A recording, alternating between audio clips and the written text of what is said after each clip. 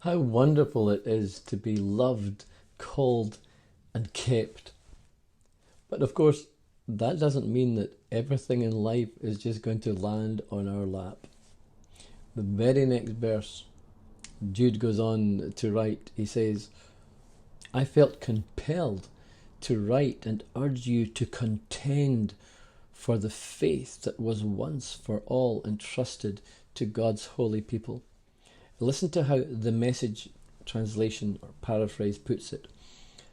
I have to write insisting, begging that you fight with everything you have in you for this faith. Well, that certainly isn't landing in our lap. We've got to fight for it. And listen to some of the things that Steve presented to us, things that we're called upon in the scriptures, and particularly here in the New Testament, to contend for, to fight for.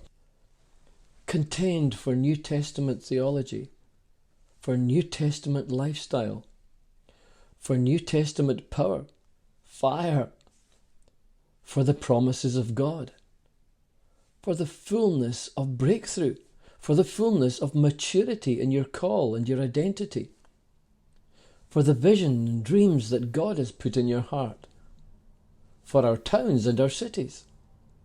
Contend also for our nation. Contend for revival.